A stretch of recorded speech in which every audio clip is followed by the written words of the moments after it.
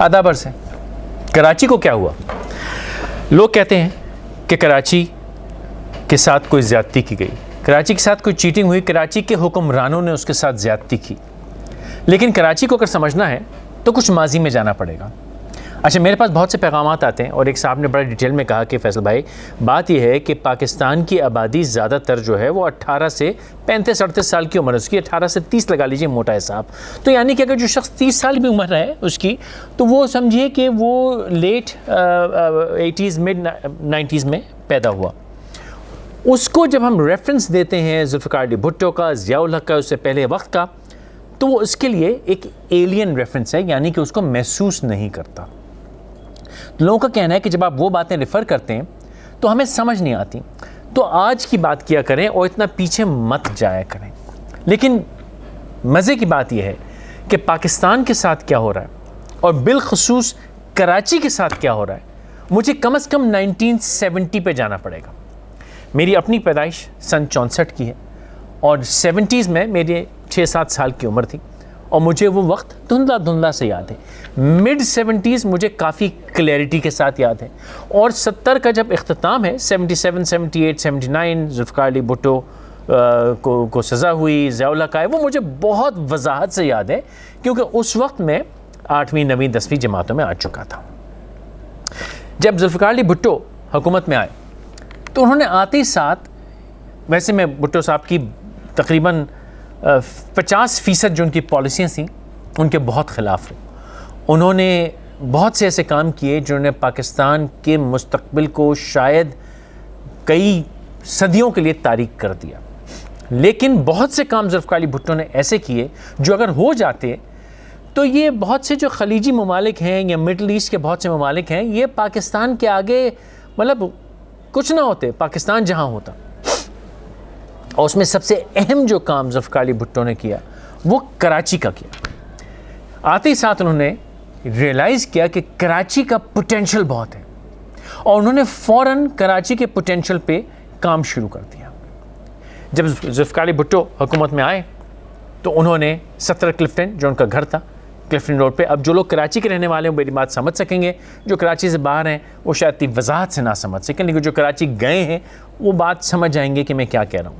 صدر جہاں پہ تمام بزنس تھا، چندری گڑھ روڈ جو اب چندری گڑھ روڈ ہے، کبھی میکلیوڈ روڈ ہوا کرتی تھی، یا سارے بینکس، بزنسز، ٹریڈ، کامرس، جوڑیا بازار، یہ وہ پورا علاقہ.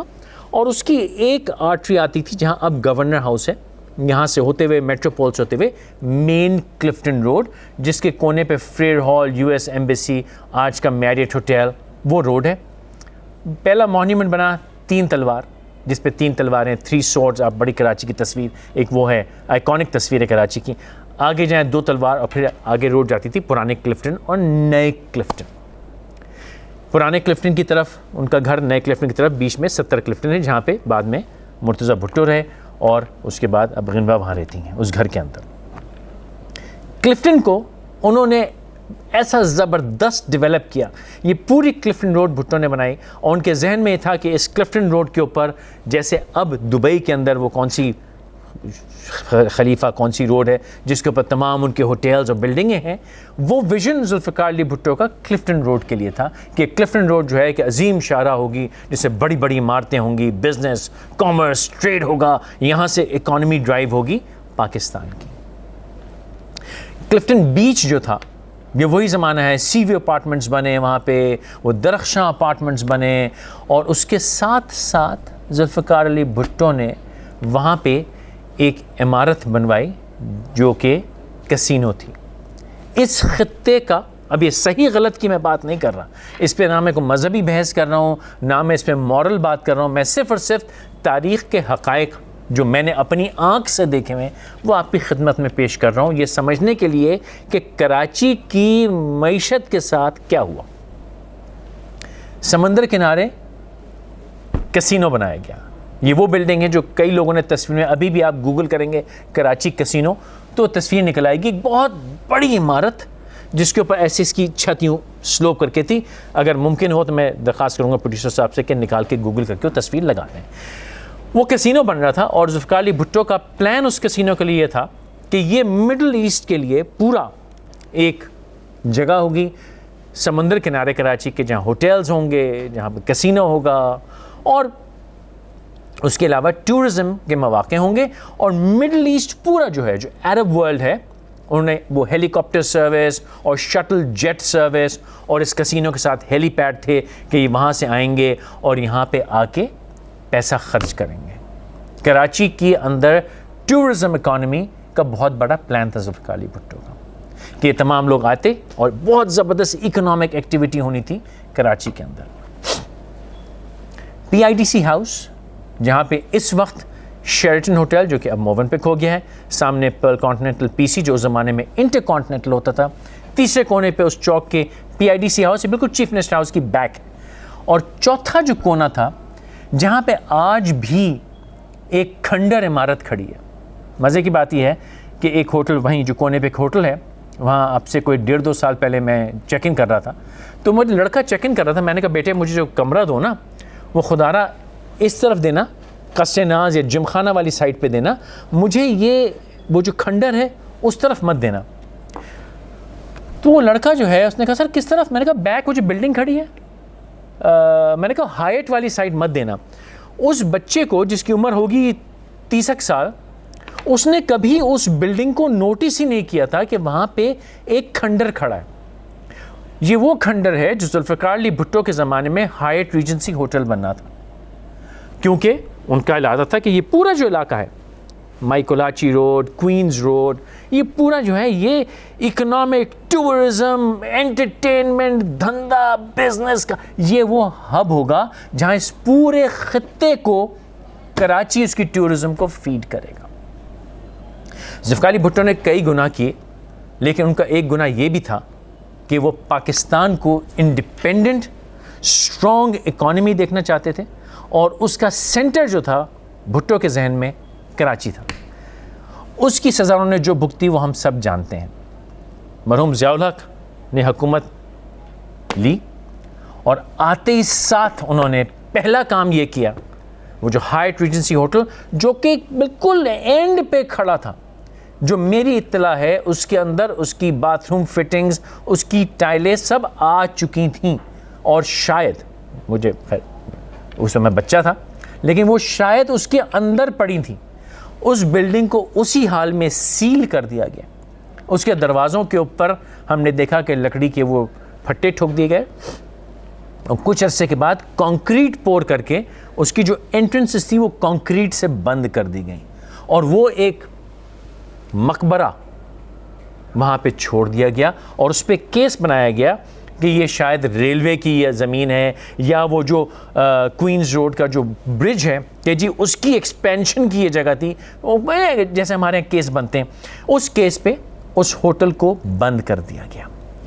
کسینو کو یہ کہہ کے کہ اسلام کے خلاف ہے. میں یہ نہیں کہہ رہا کہ ہے یا نہیں, معذرت کے ساتھ مجھ میں پلیز میں مورل ڈسکشن نہیں کر رہا ہوں, مجھے میسیجز اس ناراضی کے نہ بھیجیں, میں کسی سے ڈیفینڈ نہیں کر رہا ہوں, میں صرف حقائق پیش کر رہا ہوں.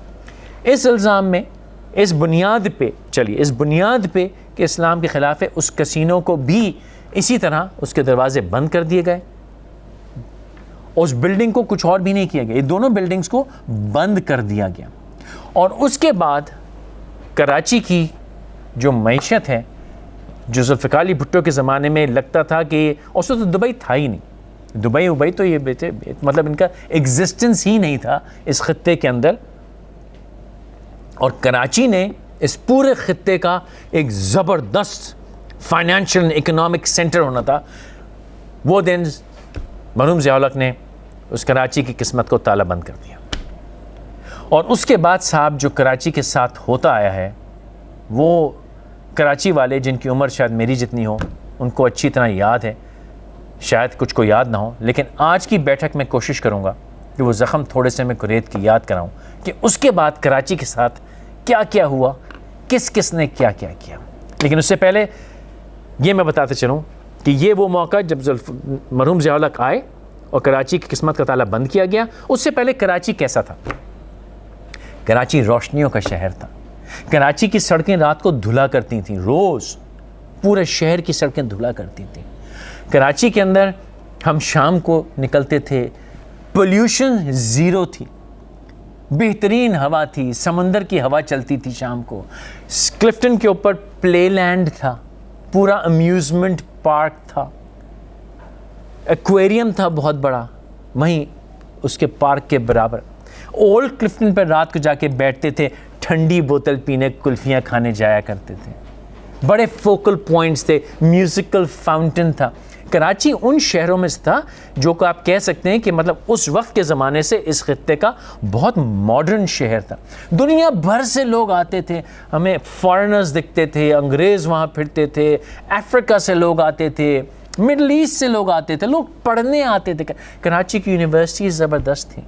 ہاں, تعلیم کے ساتھ ذوالفقار علی بھٹو نے بڑا ظلم کیا, اس کا بیڑا غرق کر دیا کراچی کی تعلیم کا, لیکن وہ الگ ڈسکشن ہے. آج میں صرف اچھائیوں کی بات کر رہا ہوں, برائیوں کی نہیں کر رہا. کراچی بالکل ریڈی تھا ٹیک آف کرنے کے لیے کہ یہ پورے پاکستان کی اکانومی کو سنبھال لے گا, اور کراچی پاکستان کی اکانومی کو سنبھال رہا تھا. بزنس سٹینڈرڈز فینٹاسٹک تھے. گو کہ مجھے قوموں کا ذکر نہیں کرنا چاہیے, لیکن یہ حقیقت ہے کہ کراچی میں میمن, پوری میمن کمیونٹی ایسا دھندا تھا صاحب, آج بھی آپ امیجن نہیں کر سکتے. دہلی والے, دہلی پنجابی سوداگران, یہ گھاک بزنس مین جو آج بھی billions and trillions of dollar کا دھندا کر کے دے سکتے ہیں آپ کو, اگر ان کے لیے انوائرمنٹ کریٹ کی جائے. پاکستان کی جو جیوگرافک پوزیشن ہے اس کا سب سے اہم جو پیس ہے وہ کراچی اور بلوچستان کی کوسٹل لائن ہے. بلوچستان کے ساتھ جو ہوا ہوا ہے صاحب, ہوا ہوا ہے, وہ کسی اور دن میں بتاؤں گا کہ گوادر کی امپورٹنس کیا ہے, لیکن کراچی کی اتنی امپورٹنس تھی اور ہم نے اسی کو بند کر دیا. اس کے بعد کیا ہوا, ایک چھوٹے سے وقفے کے بعد بات کریں گے.